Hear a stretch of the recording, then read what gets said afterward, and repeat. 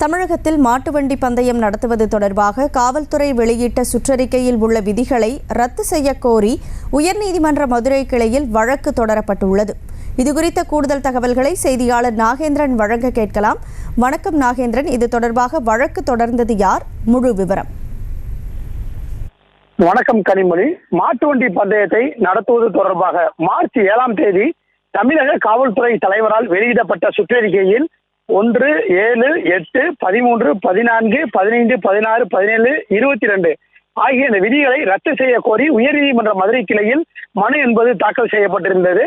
தமிழகத்தில் எந்த கிராமத்தில் மண் சாலைகள் 5 கிலோமீட்டர் தொலைவிற்கு நேராக உள்ளது என இந்த வழக்கின் மீதான விசாரணையின் போது நீதிபதிகள் கேள்வியை எழுப்பியிருக்கின்றனர்.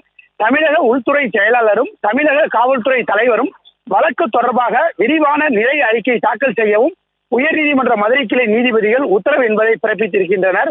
மதுரையைச் சேர்ந்த கண்ணன் உயர்நீதிமன்ற மதுரை கிளையில் தாக்கல் செய்த மனுவின் அடிப்படையில் இந்த விசாரணை என்பது நடைபெற்றது. அந்த மனுவில் அவர் குறிப்பிடப்பட்டிருப்பது என்னவென்றால், மாட்டு இனங்களை பாதுகாக்கும் நோக்கில் பாரம்பரிய வீர விளையாட்டுகளை தொடர்ச்சியாக ஊக்குவித்து வருகின்றோம். கடந்த மார்ச் மாதம் 7ஆம் தேதி தமிழக காவல்துறை தலைவர் மாட்டு வண்டி பந்தயங்களை நடத்துவது தொடர்பாக விதிகளை உருவாக்கி அது தொடர்பாக சுற்றறிக்கையை வெளியிட்டுள்ளார். அவற்றில் மாட்டு வண்டி பந்தயத்தை நடத்துவதற்கு முன்பாக கால்நடைத்துறை, நெடுஞ்சாலைத்துறை, வருவாய்த்துறை, சுகாதாரத்துறை அதிகாரிகளிடம் தடையில்லா சான்றை பெற வேண்டும், மாட்டு வண்டியின் உறுதித்தன்மை தொடர்பான சான்றிதழை பெற வேண்டும் என்பது போன்ற பல்வேறு விதிகளை அதில் குறிப்பிடப்பட்டுள்ளன.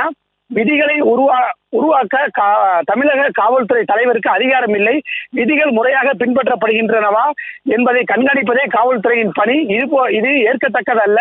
ஆகவே மாட்டு வண்டி பந்தயங்களை நடத்துவது தொடர்பாக மார்ச் 7ஆம் தேதி தமிழக காவல்துறை தலைவரால் வெளியிடப்பட்ட இந்த சுற்றறிக்கையில் முக்கியமான விதிகளை ரத்து செய்ய வேண்டும் என அந்த மனுவில் கூறியிருந்தார்.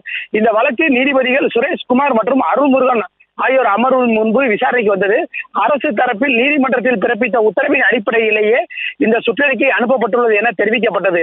மனுதாரர் தரப்பில் தேசிய, மாநில நெடுஞ்சாலைகளில் மாட்டுவண்டி பந்தயத்தை நடத்தக்கூடாது, 5 கிலோமீட்டர் உள்ளாக உள்ளூர் பகுதிகளில் நடத்தி கொள்ள வேண்டும் என விதிகளில் கூறப்பட்டுள்ளது என தெரிவிக்கப்பட்டது. விவரங்களுக்கு நன்றி நாகேந்திரன். செய்திகளை உடனுக்குடனும் துல்லியமாகவும் தெரிந்து கொள்ள சப்ஸ்கிரைப் பண்ணுங்க.